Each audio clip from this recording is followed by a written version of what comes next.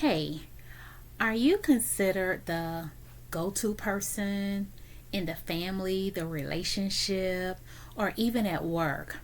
Are you the person they always call upon to do something?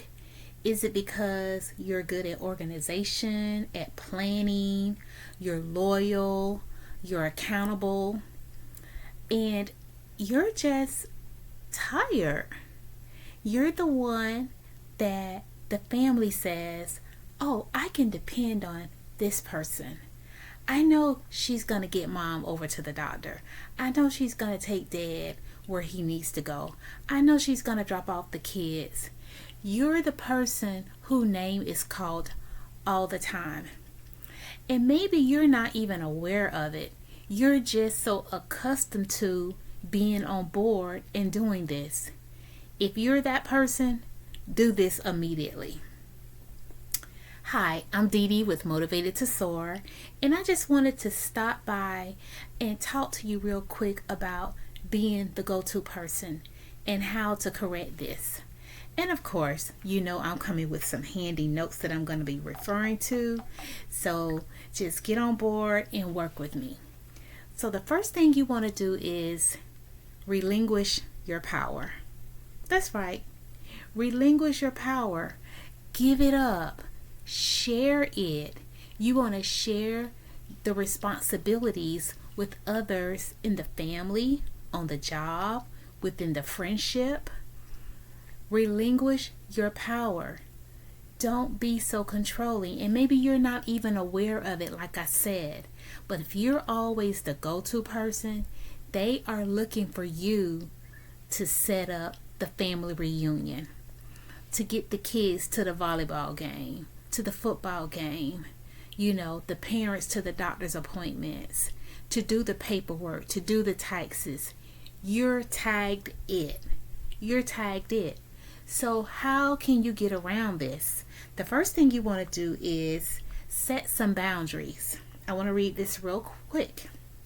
Set boundaries and communicate them clearly. Often, others keep leaning on you simply because they're used to it. Like I said, take time to set boundaries that protect your energy, whether it's limiting how often you take on extra tasks or designated specific times when you're available to support. Communicate these boundaries gently, but clearly, and explain why they're necessary for your well-being. You're doing too much. You're tired. You're exhausted. You're always being called upon. You got to set some boundaries. You got to find the two letters that go together. N-O. No, not today. I can't. And sometimes you don't need to give it an excuse. I know what you're saying. I'm the only one who's going to do it. Just imagine if something was to happen to you. God forbid you was to be put into the hospital, or you couldn't come out of the house. You were just really sick. Who would do those tasks? Who would handle getting the kids off to school? Who would take mom to the doctor? If you just could not do it, how would it happen? Think about it. Just think about it. Okay? I'm not telling you to, just leave someone, without a way to get here or there from A to B. But just think about what would happen if you were no longer there to do it. Okay? Number 2, encourage independence in others. Instead of always solving problems directly, try to guide others in finding solutions on their own. Stop looking for the keys, looking for the socks, looking for the clothes. Relinquish your power. Make your kids accountable for getting their clothes together if they're old enough to do it. Make them accountable for fixing a sandwich, for doing laundry if you have teenagers. I know you're laughing to yourself, but it's up to you to give them that power. They're not going to be children all their lives. They're going to have to leave home and be able to cook, clean, do for themselves. Don't crutch them. Okay? So it's important to do this because this approach is helpful for both at work and at home, allowing others to build confidence and skills. As people grow more self-sufficient, it eases your load and lets them grow too. You don't want someone always tagging and holding onto you. Mom, show me how to do this. Mom, where is this? Dad, where is this? Daddy, I don't know how to do this. You should not always be the go-to person. That is not normal. That is not normal. You don't want to crutch your kids. You don't want to crutch your family members. You don't want to crutch your co-workers. Co-workers can be a little lazy.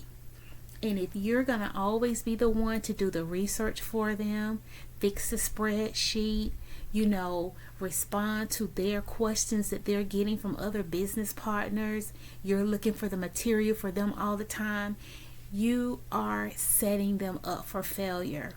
And then you're making yourself crazy. You are driving yourself crazy. And guess who's doing it? You're doing it. You set it up. We are all adults and we should act as such. Now, it's different, like I said, if you're dealing with children, if you're dealing with a sick parent, those are exceptions to the rules.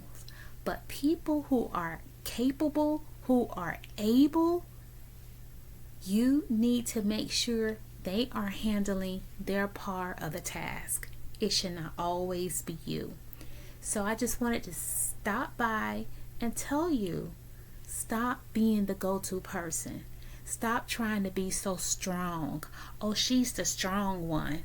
No, I'm not. In my mind, that used to play as a compliment. But guess what? That gets really old.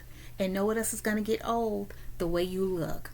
It's going to wear you down. It's going to wear you down outside, and it's going to wear you down internally. Your body is going to be drained. You are going to become tired. You're going to become resentful. You're going to just be on the edge. Okay? So again, drop me some comments. I want to know what you feel about this. If you like this video, thumbs up.